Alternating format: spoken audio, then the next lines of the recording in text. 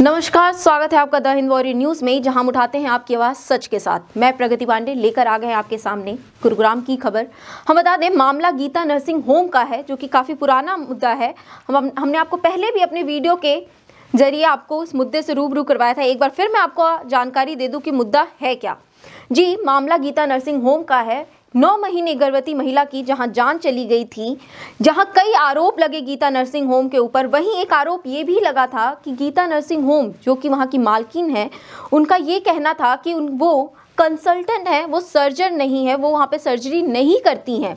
परंतु मौके पर ऑपरेशन थिएटर में वो भी मौजूद थी। परंतु उसमें जो बड़ी खबर निकल कर आई थी, जैसा कि हमने अपने आपको पिछली रिपोर्ट में दिखाया भी था, जो कि उनकी बेटी एक गवर्नमेंट डॉक्टर है, तो इसका मतलब वो उस वक्त प्राइवेट हॉस्पिटल में प्रैक्टिस नहीं कर सकती हैं। जी हाँ, उसके बावजूद उस वक्त ऑपरेशन थिएटर में वो मौजूद थी।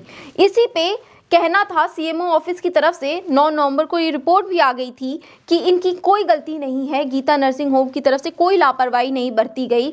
उसके बाद जब ये सवाल उनके परिवार वालों ने उठाया, जिनकी मृत्यु हो गई, उनके परिवार वालों ने सवाल उठाया कि एक गवर्नमेंट सर्जन कैसे प्राइवेट प्रैक्टिस कर सकती हैं, तो उसके बाद ये केस दोबारा खुला और आज सीएमओ ऑफिस में उन्होंने खुद इस बात को कबूला कि जी हाँ, मैं वहाँ प्रैक्टिस कर रही थी। आइए आपको दिखाते हैं कि पूरा मामला अब है क्या। तो सर, जैसा कि अभी हमने इस केस में देखा, जो ये गीता नर्सिंग होम का केस चल रहा था आपका, काफ़ी लंबे वक्त से चल रहा है इस वक्त भी, तो हमने देखा कि इसमें जो आपने पहले भी हमें बताया था जानकारी के अनुसार कि जो उनकी बेटी है ज्योति डबास, हाँ, ये गवर्नमेंट एम्प्लॉय हैं, गवर्नमेंट हॉस्पिटल में ऑलरेडी, और उसके बाद भी ये प्राइवेट वो कर रही थी। तो इस वक्त आप सीएमओ ऑफिस आए, तो आपको क्या जानकारी मिली? मैडम, ऐसा है कि जब ये हमारी इंक्वायरी हुई थी, इंक्वायरी बोर्ड ने इंक्वायरी बिठाई और इंक्वायरी बोर्ड ने बोला कि इनका कोई नेग्लिजेंस नहीं है और इनकी कोई गलती नहीं है डॉक्टर की। फिर हमने फर्दर इस पे एप्लीकेशंस डालनी चालू करी और हमने एक एप्लीकेशन डाली जिसमें हमें ऐसा पता लगा था कि डॉक्टर ज्योति डबास जो है वो एक गवर्नमेंट एम्प्लॉय हैं पटौदी के अंदर। उस टाइम तक हमें नहीं पता था। हमने एप्लीकेशन डाली और एप्लीकेशन के बाद सिविल सर्जन गुड़गांव ने ही हमें बताया कि yes, she is regular medical officer in Pataudi. जब हमें उसका कंफर्मेशन हुआ तो हमने इनको एक अलग से एप्लीकेशन डाली कि अगर ये रेगुलर मेडिकल ऑफिसर है पटौदी के अंदर, तो ये उस दिन ओटी में क्या कर रही थी, because she is doing the private practice, that is कि ये प्राइवेट प्रैक्टिस कर रही थी which is not legal as per the Supreme Court guidelines. अगर कोई गवर्नमेंट एम्प्लॉई है और वो प्राइवेट प्रैक्टिस करता है या प्राइवेट काम करता है, तो प्रिवेंशन ऑफ करप्शन एक्ट लगना चाहिए और उसका इमीडिएट बेसिस पे सस्पेंशन या टर्मिनेशन होना चाहिए। हमने ये एप्लीकेशन सिविल सर्जन गुड़गांव को लगाई थी, जिसकी आज इंक्वायरी थी 20/12/2021 को। हमें आज बुलाया गया था 10:30 बजे। इंक्वायरी हुई थी doctor Shashi Kataria and doctor Pradeep ji के अंडर।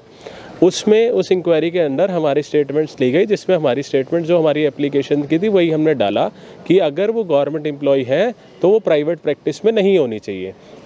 और जिस दिन मेरी सिस्टर का देहांत हुआ, उस दिन भी डॉक्टर ज्योति उस ऑपरेशन थिएटर में थी। दूसरी बात, अगर वो वहाँ पर थी तो क्या उन्होंने स्टेशन लीव अप्लाई करी थी? हमने स्टेशन लीव का उनसे, क्योंकि किसी भी मेडिकल ऑफिसर को अगर वो अपना स्टेशन एक लीव करके पटौदी से वो गुड़गांव आई हैं तो उनको स्टेशन लीव अप्लाई करनी चाहिए और सीएमओ से अप्रूवल लेना चाहिए। सिमिलरली जिस दिन हमारी इंक्वायरी हुई थी मेडिकल नेग्लिजेंस बोर्ड की, उस दिन डॉक्टर ज्योति उस इंक्वायरी बोर्ड में बैठी थी। अगर वो बैठी थी तो क्या उन्होंने सीएमओ साहब से परमिशन ली थी? अगर नहीं ली थी तो प्रिवेंशन ऑफ करप्शन एक्ट लगना चाहिए और उनको इमीडिएट बेसिस पे सस्पेंशन और टर्मिनेशन होना चाहिए। आज डॉक्टर ज्योति भी इस इंक्वायरी में प्रेजेंट थी और डॉक्टर ज्योति ने भी एडमिट कराया प्राइमा फेशिया लेवल पे, जो हमें पता लगा है कि yes, she was in the OT, और उन्होंने कमिट किया है कि वो उस टाइम पे सर्जरी के टाइम पर थी। जब उन्होंने एडमिट कर लिया तो अभी इन्होंने हमें बोला है कि 7 दिन का टाइम दीजिए, हम 7 दिन बाद बताएंगे, या सिविल सर्जन सोचेंगे कि इनको चांस देना चाहिए या नहीं देना चाहिए। अरे भाई, चांस देने का मतलब ही नहीं बनता। अगर वो वहाँ पर थी और she is a government employee तो उनका इमीडिएट बेसिस पे सस्पेंशन होना चाहिए। ये हमारी प्रेयर है, ये हमने प्रेयर सिविल सर्जन साहब से भी करी है। बाकी आप लोग भी अभी प्रेजेंट है, आप लोगों ने उनका रवैया देख लिया। हमें ऐसा लगता है कि इनकी मिली भगत है और कुछ भी नहीं होगा। जी, तो मुझे ये जानना है कि ज्योति जो हैं ये क्या चीज़ की स्पेशलिस्ट हैं, और दूसरी बात ये कि आप लोगों को कब इन लोगों ने ये दे दिया था कि इनकी तरफ से कोई गलती नहीं है? ये कब की बात है? मैडम, 9 नवंबर 2021 को इंक्वायरी बोर्ड बैठा था। उसके 10 दिन के बाद हमारे को रिपोर्ट दी गई और उसमें बताया गया कि नहीं, इनकी कोई गलती नहीं है। जी। उसके बाद इन्होंने केस बंद कर दिया था। उसके बाद इन लोगों ने ये केस बिल्कुल बंद कर दिया कि इनकी कोई गलती नहीं है। फिर हम सिविल सर्जन वीरेंद्र यादव जी से दोबारा मिले और हमने बोला कि भाई हम जो ये इंक्वायरी हुई है इससे बिल्कुल भी संतुष्ट नहीं है, बिकॉज इसमें डॉक्टर्स को बहुत ज़्यादा फेवर किया गया था। तो हमने दोबारा एप्लीकेशन लगाकर इस इंक्वायरी को दोबारा स्टेट लेवल PGI तक से कराने की मांग करी है और वो अभी अंडर कंसीडरेशन है। DGHS को, director general of health services को वो एप्लीकेशन जा चुकी है। तो बड़ी जल्द ही वो जो कार्रवाई है वो स्टेट बोर्ड से भी की जाएगी, यानी कि PGI से की जाएगी। उसकी डेट अभी हमें नहीं बताई गई है। सर मेरा आपसे ये सवाल है कि आपको क्या लगता है कि अब तक तो ये प्राइवेट नर्सिंग होम का मामला था, अब जैसा कि हम देख रहे हैं कि इसमें गवर्नमेंट की तरफ से भी कुछ ढील बरती जा रही है, क्योंकि पहले तो ये केस ही बंद कर दिया गया और अब दोबारा उन्होंने जब खुद एक्सेप्ट, तो आपको लगता है कहीं ना कहीं जांच में या इंक्वायरी में कोई कमी थी? बिल्कुल मैम, हमारे को जो लग रहा है कि जाँच में क्या हो रहा है कि या उनके पक्ष में जा रहा है सारा कुछ, या उनसे कुछ भी कह सकते हैं। जैसे आप समझ सकते हैं कि क्या कहना चाह रहा हूँ मैं मैडम, कि हर चीज़ में उनको फेवर करा जा रहा है, तो यानी कि कहीं ना कहीं उनकी इंटरनल सेटिंग हो रही है।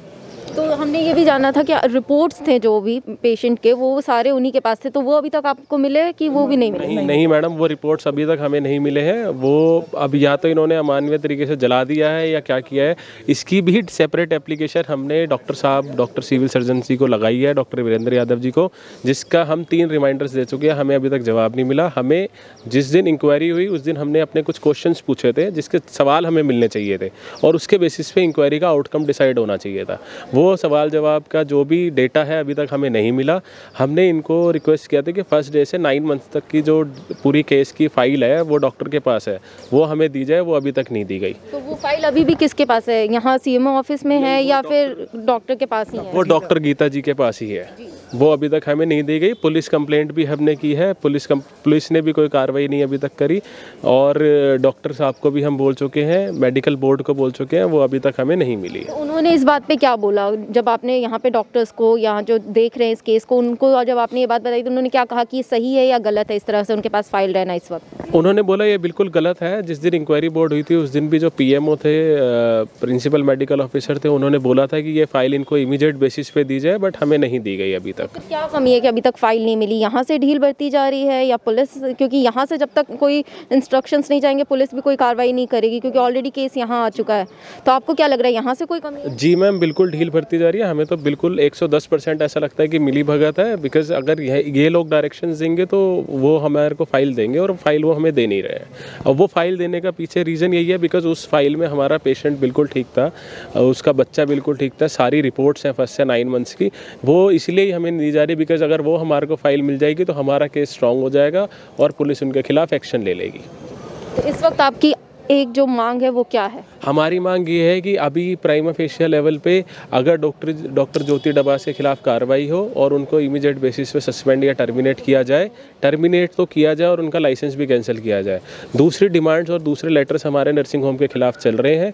उन और नेशनल ह्यूमन राइट्स कमीशन में भी हमने कंप्लेंट दे रखी है जिसकी सुनवाई जनवरी में होनी है। वो भी वीरेंद्र यादव जी के अधीन है और हम चाहते हैं कि ऐसे नर्सिंग होम्स के खिलाफ सख्त से सख्त कार्रवाई की जाए ताकि आज हमारी बेटी और उसके बच्चे की जान गई है, कल को किसी और की बेटी या बच्चे की जान ना जाए। साथ ही साथ ये मामला इतना लंबा खिंच चुका है, इस पे परिवार वालों का ये कहना है कि पहले तो CMO ऑफिस की तरफ से इनको क्लीन चिट मिल गई थी, उसके बाद जब हमने 3-4 रिमाइंडर्स दिए उसके बाद ये केस दोबारा खुला, वो भी रोहतक से।